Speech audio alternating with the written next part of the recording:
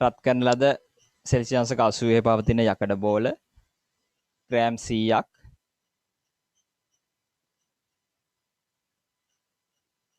සහ එහි විශිෂ්ට තාපධාරිතාවය 750යි ජූලයට කිලෝග්‍රෑමයට කෙල්විනයට වේ.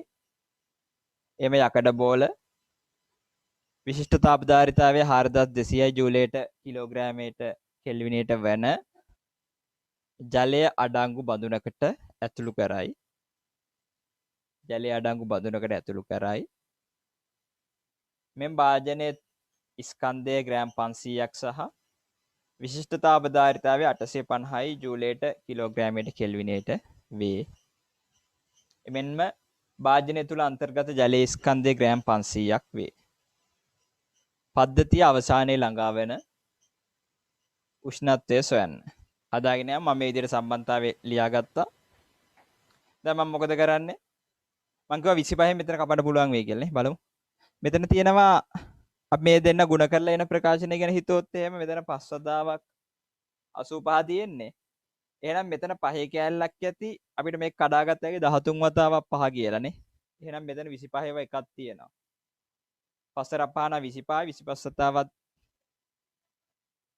13 වෙන්න ඕනේ. 13ද? නෑ. මේ 85ට 5ව කීයද? බැලුවොත් එහෙම මෙයා වෙනකොට අපි ලියාගත්ත හැකි 19 වතාවක් 5. බෑ. 17 වතාවක් 5. අපිට මෙහෙම ලියාගත්ත හැකිනේ. මම මේ 85 වෙනකොට ලියා ගන්නවා 17 වතාවක් 5 කියලා. එහෙනම් මේ 5 වතාවක් 5 කියන්නේ 25යි. අපිට පුළුවන් මෙයාගේ 25 වතාවක් 3යි. මෙයාගේ අපිට ගත්ත හැකි මෙතන 1යි කියලා. 5 වතාවක් 5 ගුණිතය මම අයින් කරන 1යි කියලා ගන්නවා. මෙතන එනවා මෙතන අපිට මේක ලියාගත්ත හැකි 4 වතාවක් 5 කියලා. 20 24 වතාවක් 5 කියලා ලියාගෙන මෙතන 5ට 5 කපා ගන්න. 5 රප්පා 25 එක කපා ගන්නවා එහා පැත්තේ 25ට. දැන් මෙතන 4ක් තියෙනවා මෙතන 17ක් තියෙනවා මෙතන 3ක් තියෙනවා අපිට බොහොම සරල වෙලා තියෙනවා සම්බන්ධතාවය. ගණිත සුළු කිරීම කරද්දි සරල කරගෙන සුළු කරගන්න පහසුව සඳහා මේ වගේ හැඩේ වෙනස් කරගෙන පොඩ්ඩක් සුළු කරගෙන එතකොට ලේසි ඉක්මනට එනවා. 5 රත් 3 15යි 4 රත් 3 21යි 225යි ඍණ 3යි තීටා සමානයි 17යි තීටා ඍණ 17 වතාවක් 25. ධන 4යි තීටා ඍණ 100යි. 4යි තීටා ඍණ 100යි. එනවා 7යි තීටා. මම මේ පැත්තේ තියෙන මම මේ පදේ මේ පැත්තට ගෙනහිල්ලි වෙල්ලා ඒ පදේ මෙහෙන් ලියාගෙන තියෙන්නේ. 7යි තීටා කියලා එනවා. එතකොට මේ සෙට් එක මේ පැත්තට ගෙනියන්න ඕනේ. ඒ ටික මම මෙහෙන් ලියලා තියෙන්නේ. 225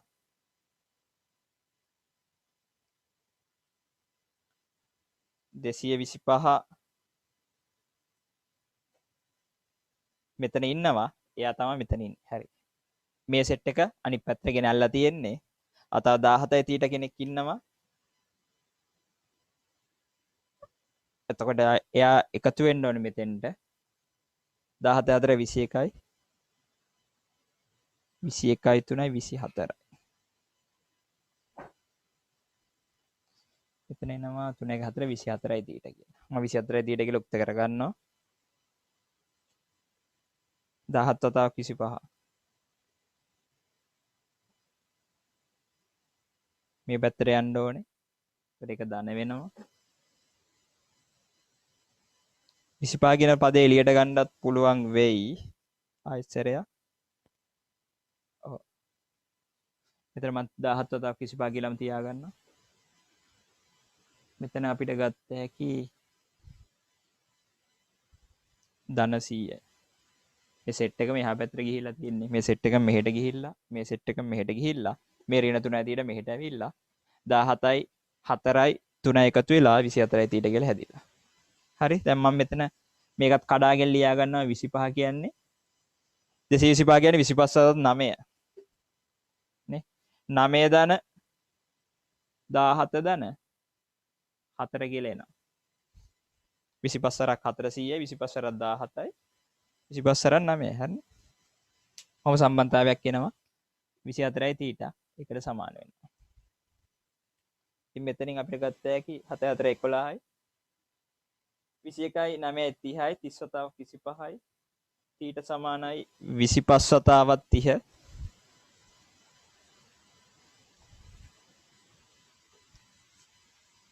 බලමු සුළු කරලා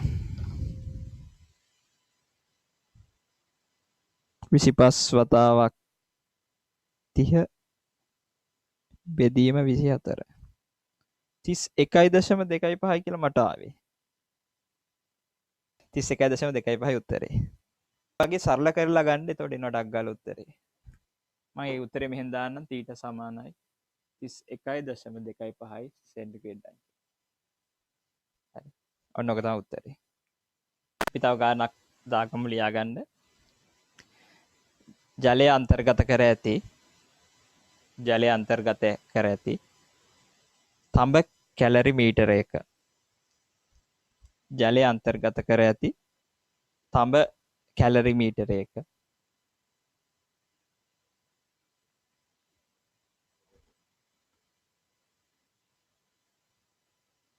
උෂ්ණත්වය සෙල්සියස් අංශක 40 පවතී. උෂ්ණත්වය සෙල්සියස් අංශක 40 පවතී. සෙන්ටිග්‍රේඩ් අංශක 100ට රත් කරන ලද සෙන්ටිග්‍රේඩ් අංශක 100ට රත් කරන ලද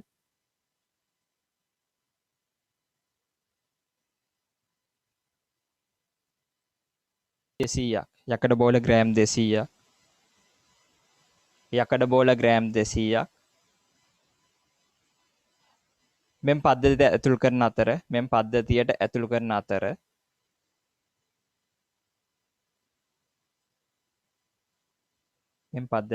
ඇතුළු කරන අතර මෙතන මේ යකඩවල විශිෂ්ට තාපධාරිතාවය දාගන්න 500. යකඩවල විශිෂ්ට තාපධාරිතාවය දාගන්න 500යි. JKG ඍණ 1 K ඍණ 1. පද්ධතිය අවසානයේ සෙන්ටිග්‍රේඩ් අංශක 60ක උෂ්ණත්වයකට ළඟා වේ නම් තඹ කැලරි මීටරයේ මම දැන් හොයන්න කියන්නේ විශිෂ්ට තාපධාරිතාවය නෙමෙයි තාපධාරිතාවය සොයන්න. තඹ කැලරි මීටරයේහි තාපධාරිතාවය සොයන්න.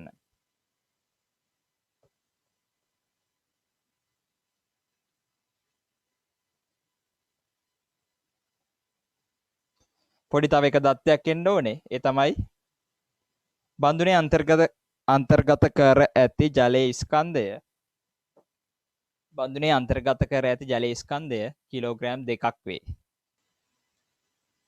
මෙතෙන්දි මම අහන්නේ විශිෂ්ට තාපධාරිතාවය නෙමෙයි තාපධාරිතාවය.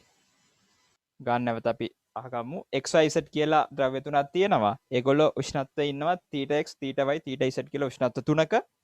θx ගේ උෂ්ණත්වය අපි θ කියලා ගත්තොත් θy කියන එක්කෙනාගේ උෂ්ණත්වය අර උෂ්ණත්වයගේ දෙගුණයක් වෙනවා. θz ගේ උෂ්ණත්වය අර මූලික උෂ්ණත්වයගේ 3 ගුණයක් වෙනවා. එතකොට θx සමානයි θ, θy සමානයි 2යි θ, θz සමානයි 3යි θ වෙනවා. මෙම XYZ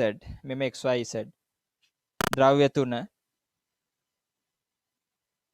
බාහිර පරිසරයට තාපය හානි නොවන ලෙස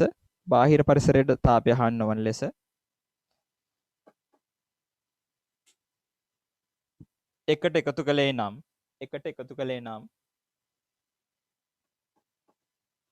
එකතු කළේ නම් පද්ධතිය ළඟා වන පොදු උෂ්ණත්වය තීඩ ඇසුරෙන් සොයන්න. යෙදූ XYZ ස්කන්ධ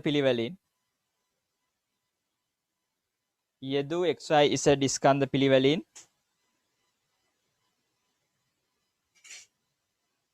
කිලෝග්‍රෑම් 5, කිලෝග්‍රෑම් 4, කිලෝග්‍රෑම් 3 වේ.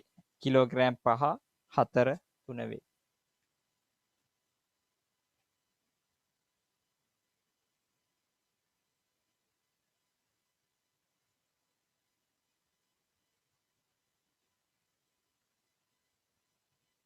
ආරම්භක උෂ්ණත්වය ඊළඟ වරහන් ඇතුලේ කොහේ හරි දාගන්න කිසිදු අවස්ථා විපර්යාසයක් සිදු නොවන බව සලකන්න. කිසිදු අවස්ථා විපර්යාසයක් සිදු නොවන බව. අපි අවස්ථා විපර්යාස ඊළඟට ඉගෙන ගන්නවා. කිසිදු අවස්ථා විපර්යාසයක් සිදු නොවන බව සලකන. අවස්ථා විපර්යාසයක් කියලා කියන්නේ මොකක්ද කියලා මම කෙටියෙන් කියන්නේ. ඒ තමයි අයිස් ද්‍රව වෙනවා නැත්නම් ද්‍රව තියෙන දෙයක් වාෂ්ප වෙනවා වගේ දේ තමයි අවස්ථා විපර්යාසයක් කියලා කියන්නේ. එතෙන් තව විශේෂ දේවල් අදාළ වෙන නිසා තමයි ඒක අයින් කරලා අපි මේ ගාන හදන්නේ අවස්ථා විපර්යාසය සිද්ධ නොවුනා ලෙස සලකලා. මේ ගාන හදන විදිය. මේ ගාන හදන විදිය බලමු. දැන් මෙතන මේ ගාන හදන්න යද්දී අපිට විශේෂයෙන්ම අවධානය යොමු කරන්න වෙනවා මේගොල්ලන්ගේ තාපධාරිතාවය පිළිබඳව. ඉතින් තාපධාරිතාව කියන එකිනෙක අගේ ගන්න තුන් දෙනාගේ අපි තාපධාරිතා අගයන් ගැන පොඩි අදහසක් ගමු. මෙතන පොඩි අදහසක් ගන්න නම් මේ x ගේ විශිෂ්ට තාපධාරිතාවය 1යි කියලා දීලා එකට y ගේ විශිෂ්ට තාපධාරිතාවය ඒ වගේ 4 ගුණයක් වෙනවා. z ගේ විශිෂ්ට තාපධාරිතාව අගේ ඒ වගේ දෙගුණයක් වෙනවා. පළවෙනියා වගේ දෙගුණයක් වෙනවා. පළවෙනියා වගේ 4 ගුණයක් වෙනවා කියන එක තමයි මේ 1ට 4ට 2යි කියන එකේ අනුපාතයේ අදහස. ඒ වගේම තමයි මේ x ස්කන්ධය නැත්නම් මේ m කියන ස්කන්ධය අපිට ගන්න පුළුවන් කිලෝග්‍රෑම් 5යි. x ගේ ස්කන්ධය කිලෝග්‍රෑම් 5යි, y ගේ ස්කන්ධය කිලෝග්‍රෑම් 4යි, z ගේ ස්කන්ධය කිලෝග්‍රෑම් 3යි.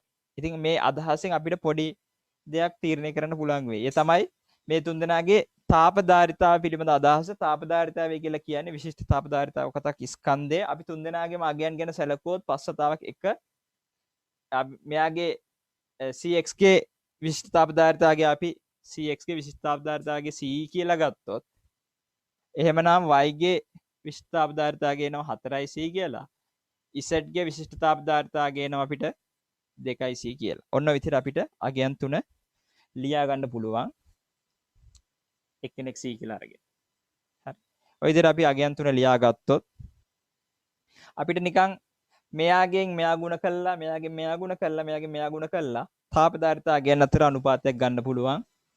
cx වතාවක් mx එතන එනවා 5 වතාවක් c කියලා. ඊට පස්සේ එනවා cy වතාවක් my සමානයි 4 වතාවක් 4යි c කියලා එනවා. ඊට පස්සේ එනවා cz වතාවක් mz මේක එනවා 3 වතාවක් 2යි c කියලා. මෙතන එනවා 5යි c 16යි c 6යි c. දැන් මේක දැක්කම අපිට පේනවා වැඩිම එක්කෙනා කවුද? මෙන්න මෙයා. මෙන්න මෙයාගේ අගය වැඩි. නමුත් ඒ y මොහොතේදී එයා ඉන්නේ 2යි තීට උෂ්ණත්වයක. මේ මොහොතේදී මෙයා ඉන්නේ තීට උෂ්ණත්වයක. මෙයා ඉන්නේ 3යි තීට උෂ්ණත්වයක. මේ කොටසේ ඉන්නේ 3යි තීට උෂ්ණත්වයක. මේ කොටසේ ඉන්නේ තීට උෂ්ණත්වයක. මෙයා ඉන්නේ 2යි තීට. නමුත් එයාගේ තාපධාරිතාවගේ ගොඩක් වැඩි 2යි තීට එක්කෙනාගේ. එහෙමනම් අපි හිතනවා මේ තාපධාරිතාව වැඩි එක්කෙනා තමයි මොකක් කරගන්නේද? තාපය බාහිර පරිසරයෙන් දැන් මෙතන ඉන්නවා 2යි තීට. එහෙමනම් මම හිතනවා මෙයාගේ උෂ්ණත්වය තීට, මෙයාගේ උෂ්ණත්වය 2යි තීට. ඒ වගේම මෙයාගේ තාපධාරිතාව ගොඩක් වැඩි. හරි. ඒ කියන්නේ මෙයාට විශාල ප්‍රමාණයක් තාපය අවශෝෂණය කරගන්නත් පුළුවන්. විශාල ප්‍රමාණයක් තාපය විමෝචනය කරන්නත් පුළුවන්. මෙයාට මෙයාගේ රත් කරනවා වැඩිපුර මෙයාගේ සීතල කරන්න උත්සාහ කරනවා 2යි තීටව.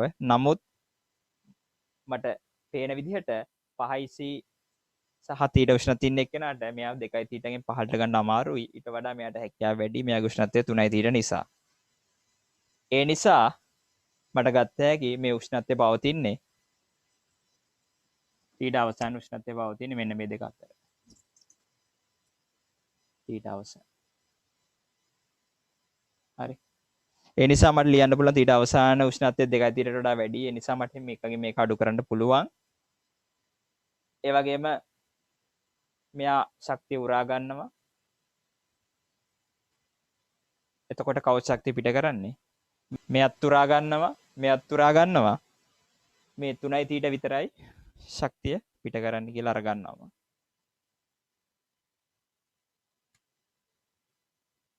එහෙමනම් සම්බන්ධතාවය ගොඩනගනවා. මොකක් කියද කියලා බලමු.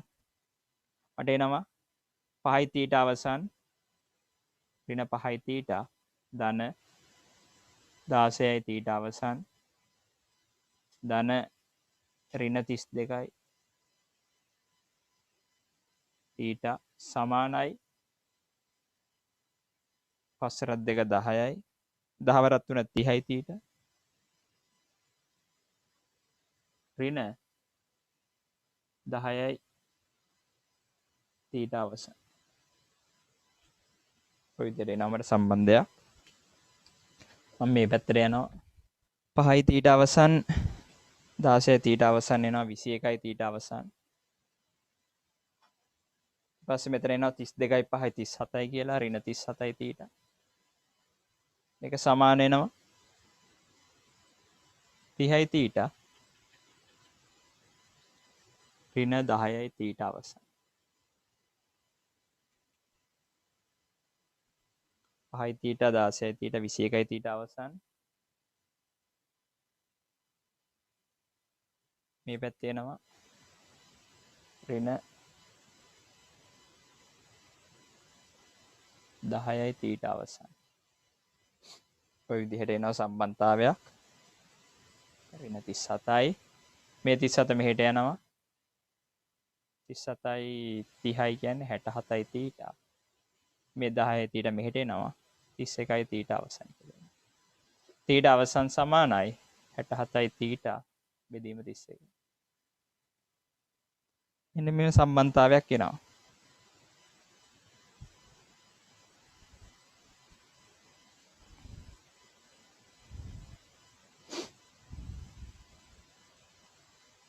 හැට හත බෙදීම 31 කියන්නේ 2.16ක් 1.6යි ඊට අවසන් ආසන්න වශයෙන් ඔන්න ඔය වගේ අගයක් මට එනවා ඒ කියන්නේ තීට වගේ දෙගුණයකට වඩා වැඩි දෙගුණයක්ට ආසන්න ගන්න දෙගුණයකට වඩා චුට්ටක් වැඩි 2යි තීටට වඩා චුට්ටක් වැඩි තීට වගේ දෙගුණයක් කියන්නේ හරි 2යි තීට අගයට ආසන්න අගයක් තමයි එන්නේ තීට අවසන් උෂ්ණත්වය සහ ඒක 2යි තීටට ආසන්න අගයක් වෙන්න හේතුව තමයි මෙන්න මෙයාගේ විශාල වීම මේ දෙන්නගේ උෂ්ණත්වය වැඩි වෙනවා අපි හිතන්න ඕනේ මෙන්න මෙයයි මෙය අතර අපි සැලකුවොත් එහෙම මේ දෙන්නගේ මෙයා ඉන්න තීට උෂ්ණත්වය මෙයා ඉන්න 3යි තීට උෂ්ණත්වයේ මෙයාගේ 5යි සිද්ධාර්ථතාවය මෙයාගේ තාපදාර්ථතාව 6යි එහෙමනම් මෙයාට බෑ සම්පූර්ණයෙන් මෙයාව කූල් කරන්න මෙයාට අනිවාර්යයෙන්ම මෙයාගේ තාපය අරගෙන තමයි මෙයා කූල් වෙන්නේ මෙයාට බෑ මෙයාව කූල් කරන්න හරි මෙයා යට එක්කෙනාගෙන් තාපය අරගෙන මේ උෂ්ණත්වය අඩු එක්කෙනා රත් වෙලා යම්කිසි අගයකට ගමන් කරනවා ඒ නිසා අනිවාර්යෙන්. එතකොට අපිට තේරෙන්න ඕනේ එහෙමනම් අනිවාර්යෙන්ම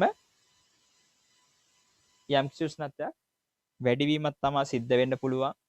හේතුව තමයි එතකොට මේ තීටා කියන උෂ්ණත්වය කවුරුත් නෑ වගේ තමයි. එහෙනම් 2යි තීටා 3යි තීටා අතර තමයි උෂ්ණත්වය වෙනස ඇති විය යුත්තේ. එහෙමනම් අපි හිතනවා මෙයත් තාපය අවශෝෂණය කරනවා මෙයත් තාපය අවශෝෂණය කරනවා මෙයා විතරක් තාපය පිට කරනවා කියලා. එහෙම අරන් සම්බන්ධතාවය ලියනවා මේ විදිහට ලියලා ඉවරලා අවසාන උත්තරේ ගන්නවා. 2.16 තීටා කියලා ආවට. මේක හදපු නැති අය දාගන්න. මෙන්න මේ සම්බන්ධතාවයේ පොඩ්ඩක් දාගෙන මෙයා තීටා වල 2යි තීටා වල 3යි තීටා කියලා ඉන්නවා. මෙන්න මේක දාගන්න තීටා අවසන් 2යි තීටා 3යි තීටා 3 ඉන්නවා කියලා ගන්නවා. ඒක ඇතුලේ මේ සම්බන්ධතාවය ගොඩනගනවා. ගොඩනගලා මෙතෙන්ට එනවා.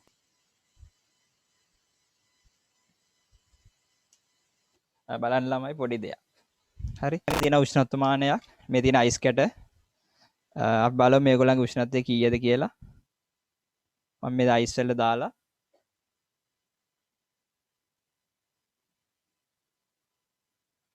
අයිස් වල මේ උෂ්ණත්වමානය දාලා මම මේ උෂ්ණත්වය මැනගෙන යනවා. ඔයගලන්ට පේනවා ඇති.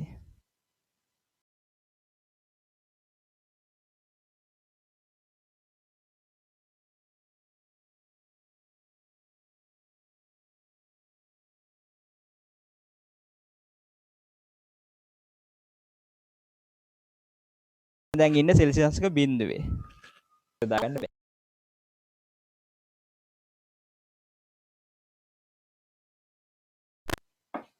ඔයගොල්ලෝ දන්නවා සාමාන්‍යයෙන් අයිස් වල සාමාන්‍ය අයිස් හැදෙන්න පටන් ගන්නෙ සෙල්සියස් අංශක බිඳුව දක්වා අපි පද්ධතිය අරන් ගියොත්. දැන් පොඩ්ඩ වෙලාවක් යද්දී ඔයගලන්ට පේනවා මෙතන යට අඩියේ වතුර හැදිලා තියෙනවා ඔයගලන්ට පේනවා මේ. දැන් මේ වතුර වල උෂ්ණත්වය අපි බැලුවත් ඒ වතුර වල උෂ්ණත්වයක් තියෙන්නේ සෙල්සියස් අංශක බිඳුවෙම තමයි.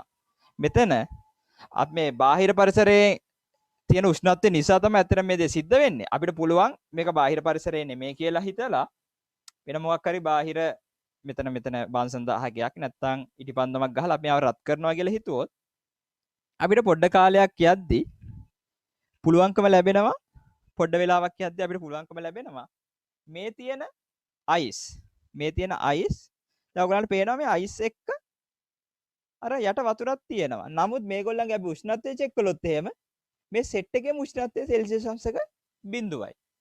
ඒ වගේම ඔයගොල්ලෝ තව දෙයක් දන්නවා ඇති. ඒ තමයි ඩීප් ෆ්‍රීසරේ සාමාන්‍ය උෂ්ණත්වය කීයට එනකම් අඩු කරන්න පුළුවන්ද? හොඳ උෂ්ණත්ව මානයක් ගත්තොත් එහෙම අපිට ඍණාගයන් පවා මයින්ඩ් පුළුවන් සෙල්සියස් අංශකවල. හරි. ඉතින් දැන් සාමාන්‍ය ෆ්‍රිජ් එකක උෂ්ණත්වය සාමාන්‍ය කීයට වගේ අඩු කරන්න පුළුවන්ද ඩීප් ෆ්‍රීසරේ? සාමාන්‍ය මේ අයිස් කියන එක සෙල්සියස් අංශක 0දී හැදුනට පස්සේ තව මෙයා පහළට උෂ්ණත්වය අඩු කළා කියලා අයිස් වලට කිසිම වෙනසක් වෙන්නේ නැහැ. එයා අයිස් විදිහට පවතිනවා. නමුත් තව සීතල වෙනවා. තව සීතල වෙලා එයා පහළට ගමන් කරනවා. නමුත් අර ඝන ස්වභාවයට කිසිම වෙනසක් වෙන්නේ නැහැ. නමුත් ස්ට්‍රක්චර් නැත්තම් මේගොල්ලන්ගේ අණුක ස්වභාවයට ගිහිල්ලා බැලුවොත් එහෙම යම් වෙනස්කම් වෙන උෂ්ණත්වය හුඟක් අඩු වෙද්දී ඒ වගේම තමයි තව විශේෂ දේවල් ඒව ඔයගොල්ලන්ට වැදගත්කමක් නැහැ. නිකන් අදහස් තේරුම් ගන්න උෂ්ණත්වය අඩු වුණාට අයිස් වල තියෙන පදාර්ථයේ ස්වභාවය වෙනස් වෙන්නේ නැහැ. ඒ කියන්නේ බාහිරට පේන ස්වභාවය වෙනස් වෙන්නේ නැහැ. ඒගොල්ලෝ ඝනයක් විදිහට තියෙනවා. සෙල්සියස් අංශක 0ෙදී මොකද දැන් මෙයාට වෙලා තියෙන්නේ සෙල්සියස් අංශක 0ට මේ පද්ධතිය සෙල්සියස් අංශක 0 ඉන්නේ මෙතන වතුරයි අයිසුයි. හේතුව තමයි දැන් මෙතන බාහිර පරිසරයෙන් මෙතන තාපය ලැබෙනවා. එහෙම නැත්නම් අපි මේගොල්ලෝ බාහිර පරිසරය සම්බන්ධ නැහැ කියලා හිතුවොත් අපිට මේගොල්ලන්ගේ බන්සන් 1000 නැත්නම් මොකක් හරි ඊටිපන්දමක් ගහලා මේක රත් කරන්න පුළුවන්. රත් කළේ මෙයාට තාපය දෙන්න පුළුවන්. තාපය දෙද්දි මොකද වෙන්නේ? මේ අයිස් දිය වෙන්න පටන් ගන්නවා. අයිස් දිය වෙන්න පටන් ගන්නේදී ඔයගලන්ට පේනවා ඇති මේ අයිස් කැටක් තියෙනවා දැන්. ජලයක් තියෙනවා. නමුත් මෙතන තියෙන ජලය පරිසර උෂ්ණත්වයේ නෙමෙයි තියෙන්නේ. මෙතන තියෙන ජලය තියෙන්නේ සෙල්සියස් අංශක 0 උෂ්ණත්වය. දැන් මේ අපි කතා කරන්න යන්නේ අන්න ඒ සිද්ධිය ගැන. ඒ තමයි ස්වභාවික පරිසරයේ සිද්ධ වෙන අවස්ථා විපර්යාස.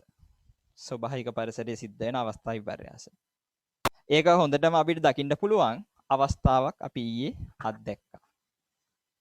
ස්වභාවික සංසිද්ධිය. මිනිසුන්ගේ විවිධ අවස්ථාවලදී මිනිසුන්ගේ අවස්ථා විපර්යාස ඇති වෙනවා. අන්න ඒ වගේ අවස්ථාවක් අපි ඊයේ අත්දැක්කා. ඒ වගේම අපි මේ පාඩමේදී ඒක භෞතික විද්‍යාත්මකව කොහොමද වෙන්නේ කියලා බලමු. හරි. දැන් මෙතන අපි භෞතික විද්‍යාත්මකව මේක ගැන සලකා බලද්දී මෙතන මොකද්ද වුනේ? අයිස් වල තියෙන ඝන ආකෘතිය වෙනස් වෙලා එයා ද්‍රව ආකෘතියක් බවට පත් වෙන්න පටන් ගන්නවා. නමුත් ඒක සිද්ධ වෙන්නේ සෙල්සියස් අංශක 0ෙදීමයි. දැන් ඕගලන්ට පේනවා ඇති මෙතන මම ඕගලන්ට සම්බන්ධතාවයක් කියලා දුන්නා මේට පොඩ්ඩකට කලින් mh සමානයි mc θ. මං කිව්වා මේ θ කියන්නේ උෂ්ණත්වයක් නෙමෙයි උෂ්ණත්ව වෙනසක්. එහෙනම් මේක ඩෙල්ටා θ වෙනවා. mc delta θ. මම මෙන්න මේ සම්බන්ධතාවය කියලා දුන්නා. දැන් මට කියන්න මෙතන අයිස් වල මම කිව්වා අයිස් ඝන අයිසුත් ඉන්නවා. ඔයගලන්ට පේනවා මෙතන ද්‍රව අයිසුත් ඉන්නවා ඝන අයිසුත් ඉන්නවා. මට කියන්න මේ ඝන අයිසු ද්‍රව අයිසු දෙන්නම ඉන්නවා නම් මේ අවස්ථාවේදී මෙතෙන්දී අපිට තාප විපර්යාසයක් නැත්නම් තාප ශක්තිය උරා ගැනීමක් හෝ පිට කිරීමක් අපිට ගණනය කිරීමක් කරගන්න පුළුවන්ද මේක ඇසුරෙන්? මේ සමීකරණය ඇසුරෙන් අපිට ගණනය කිරීමක් කරගන්න පුළුවන්ද? කියන්න කවුරු හරි. සෙල්සියස් 0 තිබිච්ච අයිස් ටික අපි භාජනයකට දාලා රත් කරනවා. මට කියන්න මේ වගේ දැන් මේ මොහොතේ වගේ ජලයේ අයිස් දෙන්නම ඉන්නවා. නමුත් කට්ටියම ඉන්නේ සෙල්සියස් 0 ෙදිම තමයි. නමුත් ඔයගලන්ගේ ඇහැට පේනවා මෙයා දිය වෙලා කියලා. මට කියන්න මේ සම්බන්ධතාවය යොදාගෙන අපිට පුළුවන් ද මෙතන සිද්ධ වෙච්ච ශක්තිය උරා ගැනීම නැත්නම් ශක්තිය පිට කිරීම ගන්න කරන්න පුළුවන්ද කියලා. කියන්නේ කවුරු කියන්නේ? විනාඩියක් තියෙනවා කියන්නේ.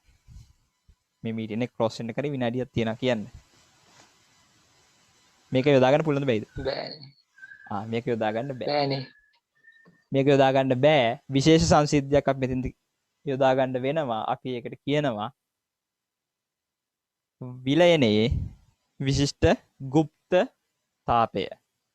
අපි ඒකට ගන්නවා මෙන්න මේ වගේ එකක් විශේෂ එකක් h සමානයි m වතාවක් l. මෙතන මේ l කියලා කියන්නේ නියතාගයක්, m කියලා කියන්නේ ස්කන්ධය. අපිට l කියන එක අපිට ගත්ත හැකි v කියලා මම දා ගන්නවා. මේකට අපි කියනවා විලයනයේ විශිෂ්ට গুপ্ত තාප ධාරිතාව. විලයනයේ තාප ධාරිතාවය කියලා අපිට ගන්න පුළුවන්. එතකොට ඒක හොයන්න අපිට ඒ අවස්ථාවට අදාළ උෂ්ණත්ව වෙනසක් නැහැ. නමුත් මේ වගේ නියත අගයක් අපි කතා කරන ජලයට යම්කිසි බන්ධන ශක්තියක් තිබුණා. ඒ බන්ධන ශක්තිය සම්පූර්ණයෙන්ම වගේ නොමැති අවස්ථාවක් තමයි වායු කියලා කියන්නේ. බොහොම අඩු බන්ධන ශක්තියක් තියෙන අවස්ථාවක් තමයි වායුවක් කියලා කියන්නේ. ඉතින් එතකොට අපිට මෙයාගේ තිබිච්ච ශක්තිය ජලයට බන්ධන ශක්තියට තිබිච්ච ප්‍රමාණය අපි තවත් ඒ අවස්ථාවේ තිබිච්ච ශක්තිය ඉවත් කරන්න අපි තවත් පිටින් බාහිරින් කාර්යයක් කරන්න ඕනේ මේ පද්ධතිය මත. ඉතින් මේ පද්ධතිය මත කාර්යයක් කරලා අපිට පුළුවන්කම ලැබෙනවා. නැත්තම් තාප ශක්තියක් අපි බාහිරින් දීලා අපිට පුළුවන්කම ලැබෙනවා. මෙයාගේ මේ සෙල්සියස් 100 තිබිච්ච ජලය සෙල්සියස් 100 හිමාලය බවට පත් කර ගන්න. නමුත් මම කිව්වා එකපාර හිමාලය බවට ඔක්කොම පත් වෙන්නේ නැහැ. ඒ ක්‍රමක්‍රමයෙන් වෙන්නේ. ඒක ක්‍රමක්‍රමයෙන් වෙන්න හේතුව තමයි ඒගොල්ලන්ගේ බන්ධන කඩ ඒගොල්ලෝ වාෂ්ප බවට පත් කරන්න ඕනේ. ඒ වගේම තව විශේෂ දෙයක් දැනගන්න ඕනේ. ඒ තමයි මෙයාගේ විලයනයේ গুপ্তතාවයට වඩා නැත්තම් ඝනයක් ද්‍රව වෙන গুপ্ত වීමට අවශ්‍ය গুপ্তතාවයට වඩා ද්‍රවයක් වාෂ්ප වීමට අවශ්‍ය গুপ্তතාවය වැඩි. හේතුව තමයි අර කලින් මම කතා කරපු බන්ධන ශක්තිය අතර බැලුවොත් එහෙම මෙයාගේ බන්ධන ශක්තිය යම් ප්‍රමාණයකට අඩු කරලා ඉවරලා ද්‍රවයක් බවට පත් කරන්න පුළුවන්. යම් ප්‍රමාණයක අඩු කරුවාන් එයා ද්‍රව වෙනවා. නමුත් ද්‍රවයක් වාෂ්ප වෙන්න නම් ද්‍රවයේ තියෙන බන්ධන සම්පූර්ණයෙන්ම බිඳ වැටෙන්න අවශ්‍යයි. ඉතින් කලින් ඒ වගේම මේගොල්ලෝ ඈත පිහිටන්නේ වායු අංශු. ඉතින් එහෙනම් විශාල වශයෙන් මේගොල්ලන්ට තාපය දුන්නොත් තමයි මෙතනදී වාෂ්පීකරණයක් අපිට ලබා ගන්න පුළුවන් වෙන්නේ. ඒ වගේම තමයි අපිට මේ අවස්ථාවේදී උෂ්ණත්ව වෙනසක් දකින්න වෙන්නේ නැහැ. යම් කිසි කාලයක් යනකම් සෙල්සියස් 100 ඉන්න එක්කෙනා සෙල්සියස් 100කට යන්නේ නැහැ. සෙල්සියස් 100ෙම ඉන්නවා. නමුත් එයා තාපය උරා ගනිමින් කෙමෙන් ජලයේ වාෂ්ප වෙනවා. ඒ අදහස හොඳට තේරුම් ගන්න.